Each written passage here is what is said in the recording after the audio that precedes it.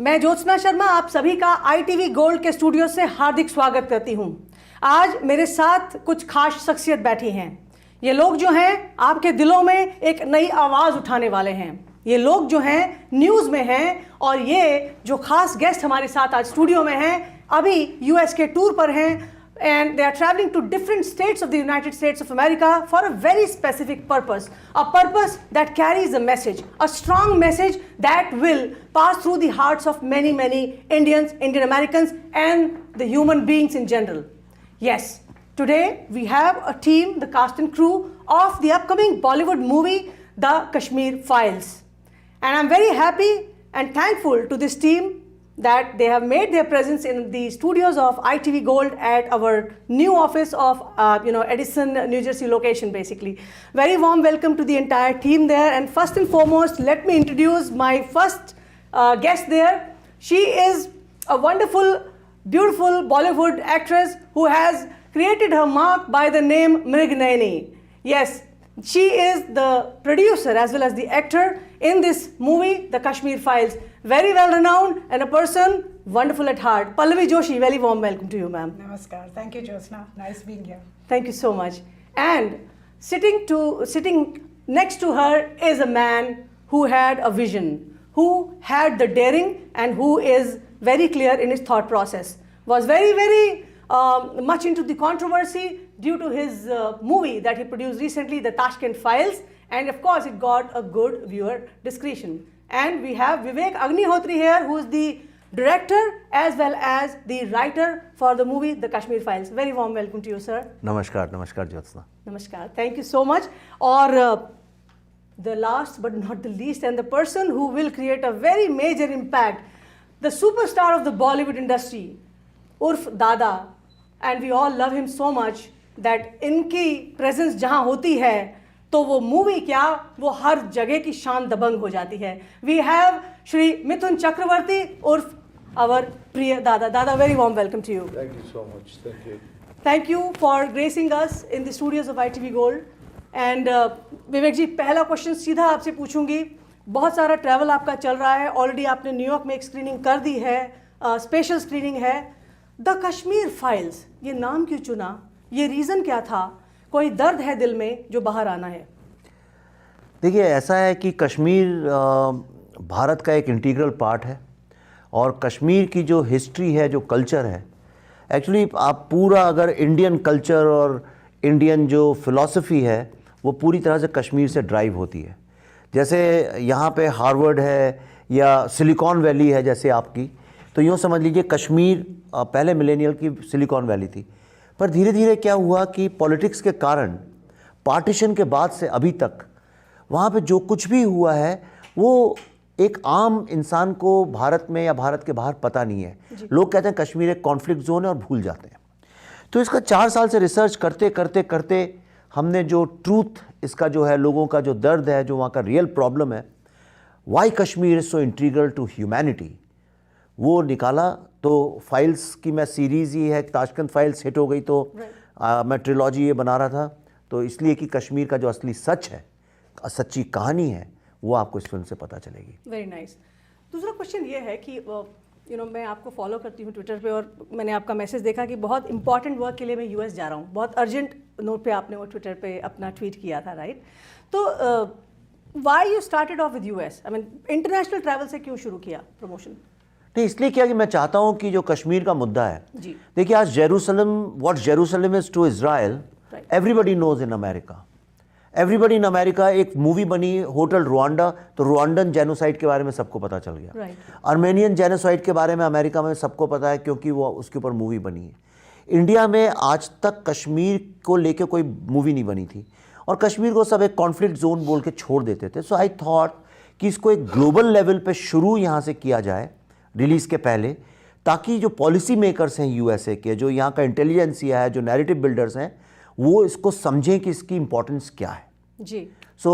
इसलिए मैं यहाँ से हम लोग शुरू. चलिए, मेरे पास कुछ और सवाल है, मैं आपके पास आऊँगी, लेकिन Pallavi, I will go to you now. In fact being the producer and the star cast in the movie, how deeply you have felt the connect with the people of Kashmir And of course, it takes a lot of daring to take a step to produce such a movie. We understand the entire situation, how it works out, in the Bollywood, and how people are more crazy about masala films and all. This is something realistic. This is going to torture people who will watch it for once. The pain will percolate. What was your personal experience? See, Jyotsna, for this, I'll have to take you through a little bit of the research Sure. that we had done. In 2019, जब ये हमने movie शुरू की थी इस research करना, so we of course wanted to connect with a lot of Kashmiri Pandits and understand their stories.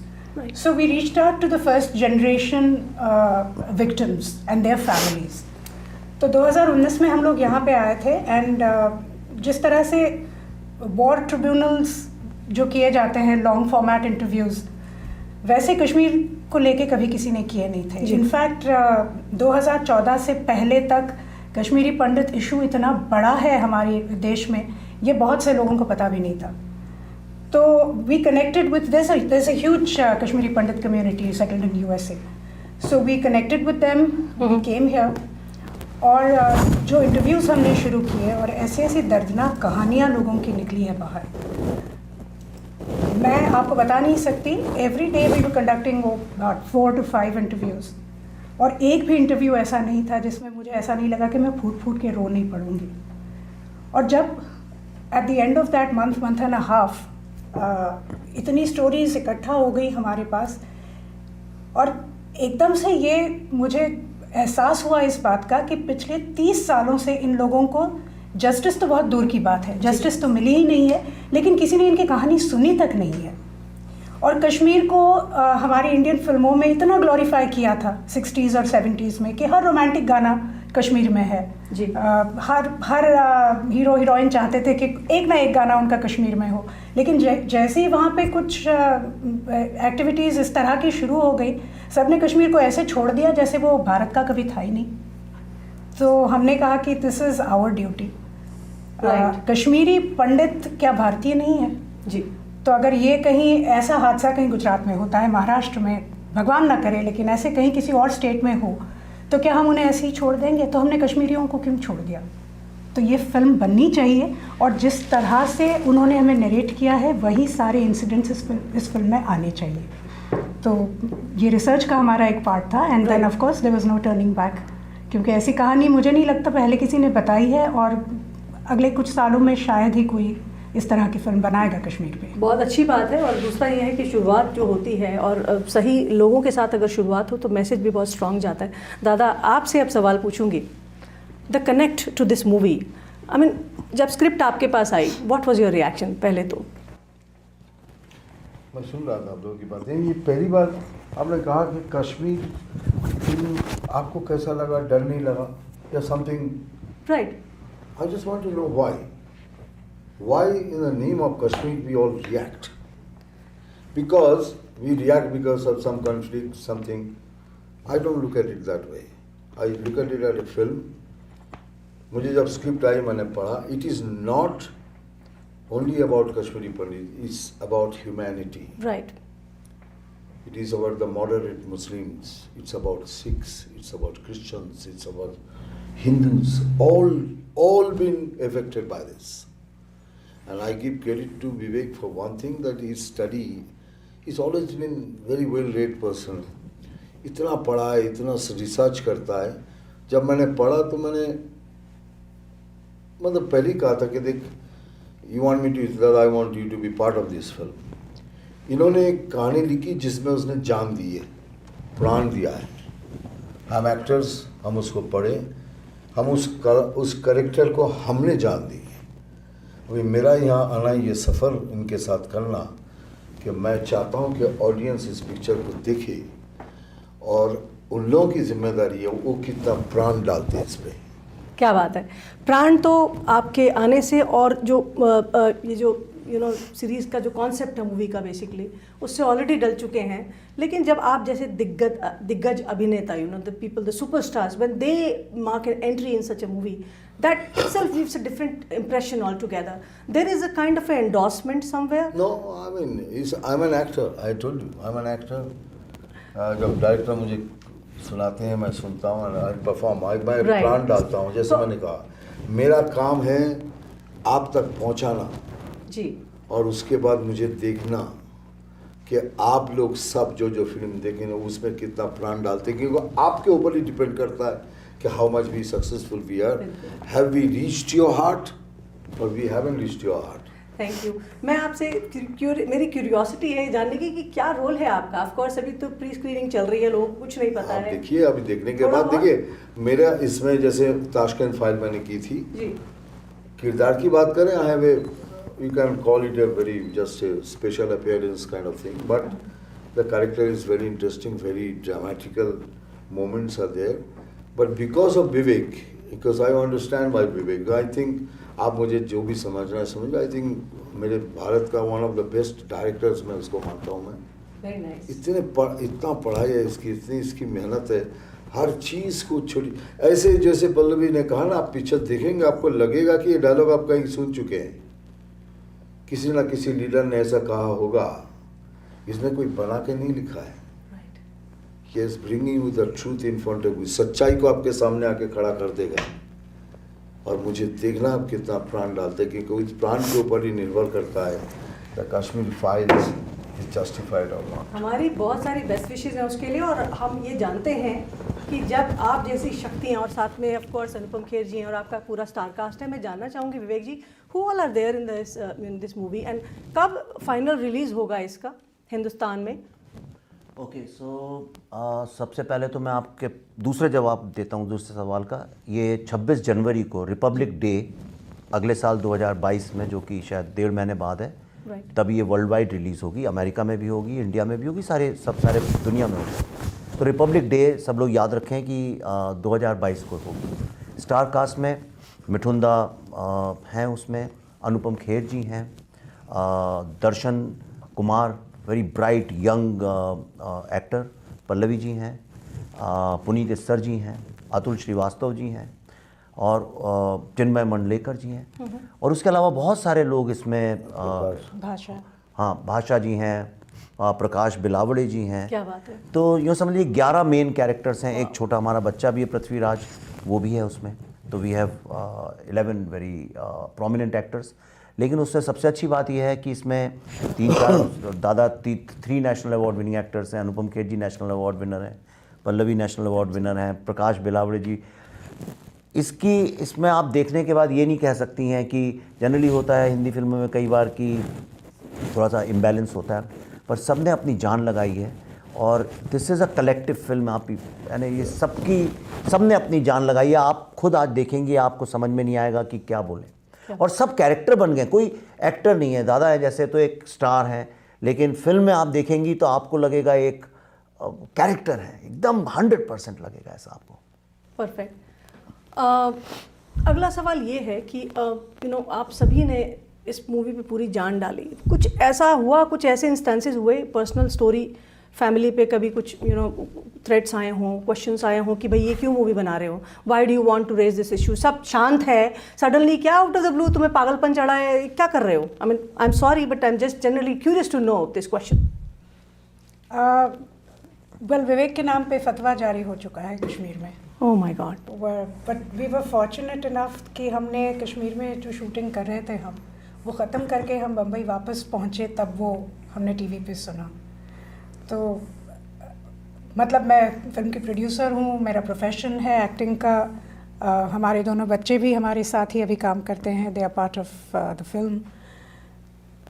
तो हम चारों लोग वहाँ गए कश्मीर, हम लोग वापस आए, और ये मैंने सुना, लेकिन एक सेकंड के लिए कहीं I just for a moment I became a wife and I realized that there is a big threat hanging over our head. But I think Vivek and I had decided one thing कि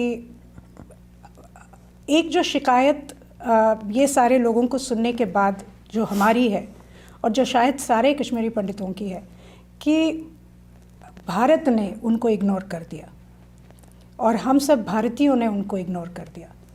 तो सिर्फ इसका ढिंडोरा पीटने से तो कुछ होगा नहीं।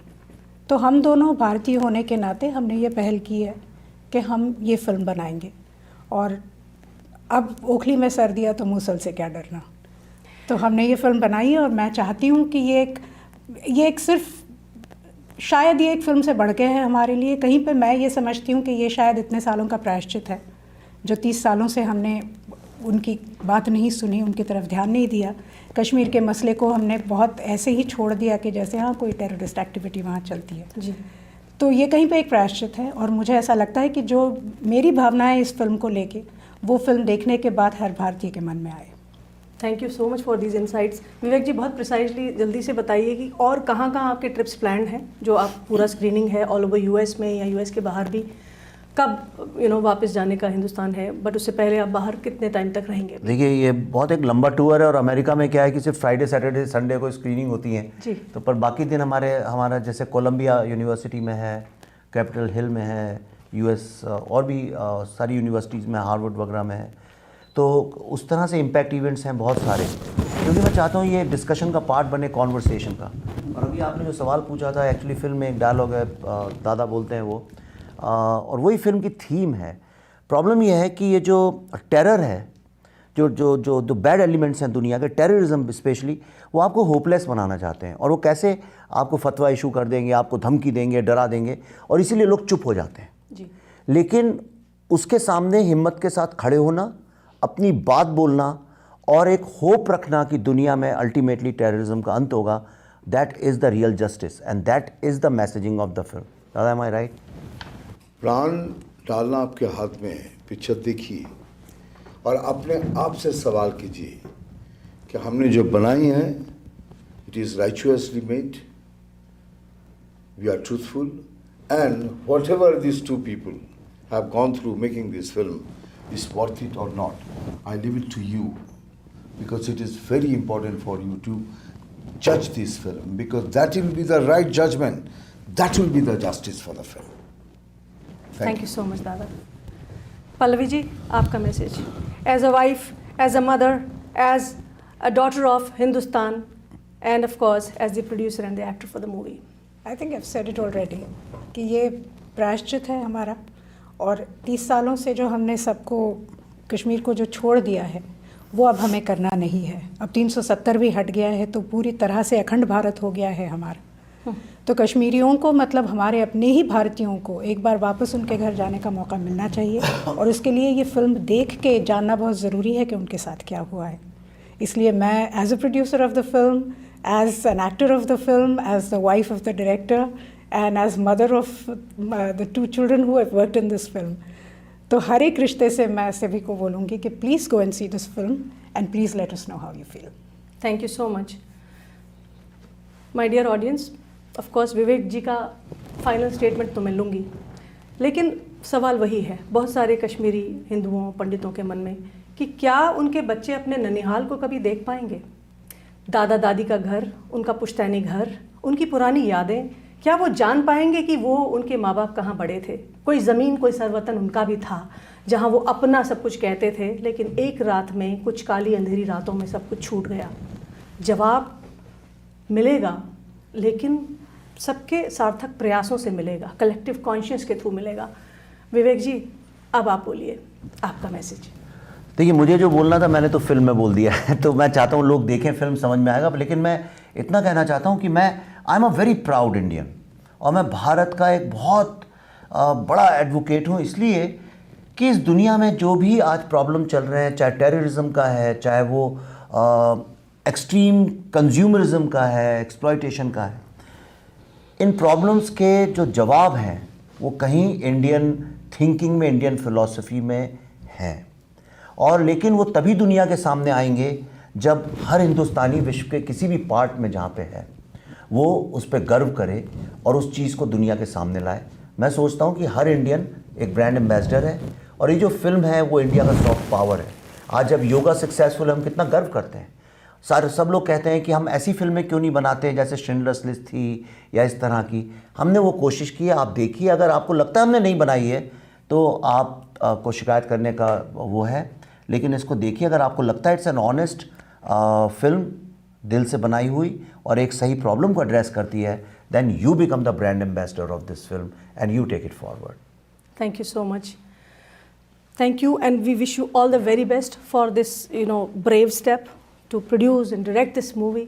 And of course, आप सभी दिग्गजों के साथ में हमारी बेस्ट विशेस के साथ में ये मूवी तो अच्छी ही बनेगी और अच्छी ही चलेगी, और आपका मैसेज जो है, जो प्राण प्रतिष्ठा होनी है पब्लिक में, वो भी होगी। आपके समय के लिए बहुत बहुत धन्यवाद। Thank you so much for gracing our studios here at ITV Gold. Thank you viewers. This was an exclusive interview with our team here from the Kashmir Files. और अब सवालों के जवाब आपके पास भी रहेंगे।